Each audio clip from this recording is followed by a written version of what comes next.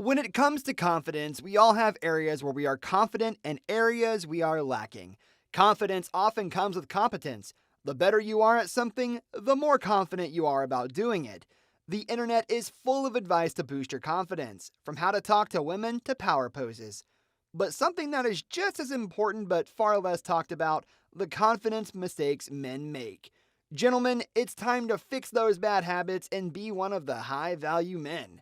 The first mistake is comparing yourself to others. In the age of social media, it is easy to start comparing yourself to others. Your coworkers who make more money than you, get promotions over you. Your friends are all couples while you're still stuck being single. They are buying nice houses and fancy cars while you can barely afford rent, and let's not even start on that junk you call a car. What can be difficult to remember is that social media isn't real life. It's a mirage. It's a highlight reel of everything people want you to see. What goes on behind closed doors may surprise you. That fancy car is on finance. That big house is financially crippling them. Those couples fight all the time. Now, maybe that's true. Maybe it's not. The fact is you can't possibly know. So instead of focusing on what other people have, focus on what you want and what you need to do to get it. When you focus on other people, you stop focusing on yourself and limit your own potential. The only person you should compare yourself to is who you were yesterday. Are you a better person today? What have you done to improve your life or the lives of those around you? This requires a level of self-awareness and honesty that can be difficult, which might require a lot of hard truths and taking this next confident mistake to heart. 2. Not owning your failures. Admitting you have done something wrong is hard, really hard. Owning that we made the wrong decision, that we didn't plan well enough, that we were not good enough. As kids, we are often taught to be ashamed of our failures, to look for something else to blame. It's not my fault, it's this person's fault. It's the faulty equipment. It's the economy. This is a loser's mindset. Winners know that failure is inevitable and, more importantly, useful. Failure is not a bad thing. It's an opportunity to grow and to learn. We all fail. The newer we are at something, the more often we fail. But with patience and practice, we get better. When you deny failure, you deny yourself that opportunity to learn and grow. Owning up to failures takes courage. Understanding what went wrong and how to avoid it in the future is how you learn from your mistakes. Blaming other people is what weak men do. Number 3, letting fear guide you. Fear is powerful. Ironically, it's scary just how powerful fear can be. Fear can be paralyzing. It can stop us from reaching our goals and living our lives. Many people live in fear, in self-made prisons of their own insecurities. Fear can lead you to stagnate and stop you from taking opportunities for fear of them not working out. It's the reason people stay in the same job they hate for 15 years because they are too afraid of taking the risk at something new. Yet, fear can also be healthy. It can help us tell the safe situations from the dangerous, often without consciously realizing why. When you get that feeling in your gut that says something about this doesn't feel right, and it's not until later you realize that you dodge a bullet by listening to it. This is because there are two kinds of fear. There is rational fear and irrational fear. Rational fear is the fear that comes from the physical world, the fear of falling when you're somewhere high. This is a normal, healthy fear.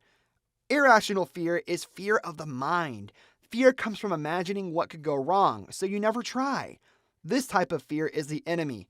Don't let it control you. 4. Surrounding yourself with the wrong people. The people you surround yourself with can have a huge impact on who you are. If you are around negative people, it spreads. You find yourself becoming more negative.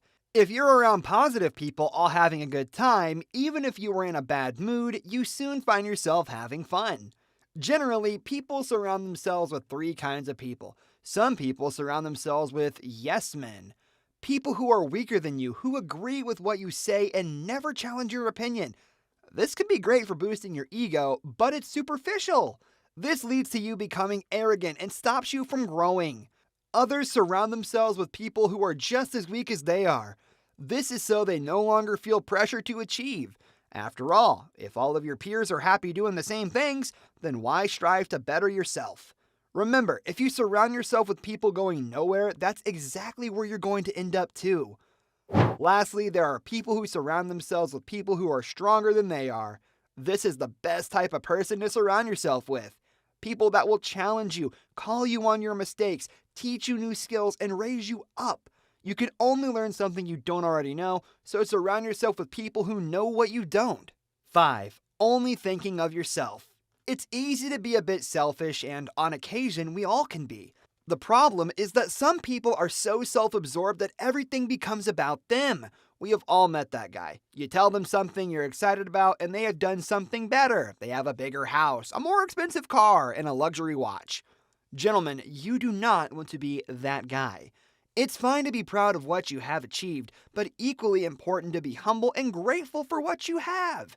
Listen when people are talking to you. Don't just think about what you will say next. You might find you learn something or develop a deeper relationship with someone. Not only that, but you never know when those same connections might result in an opportunity for you.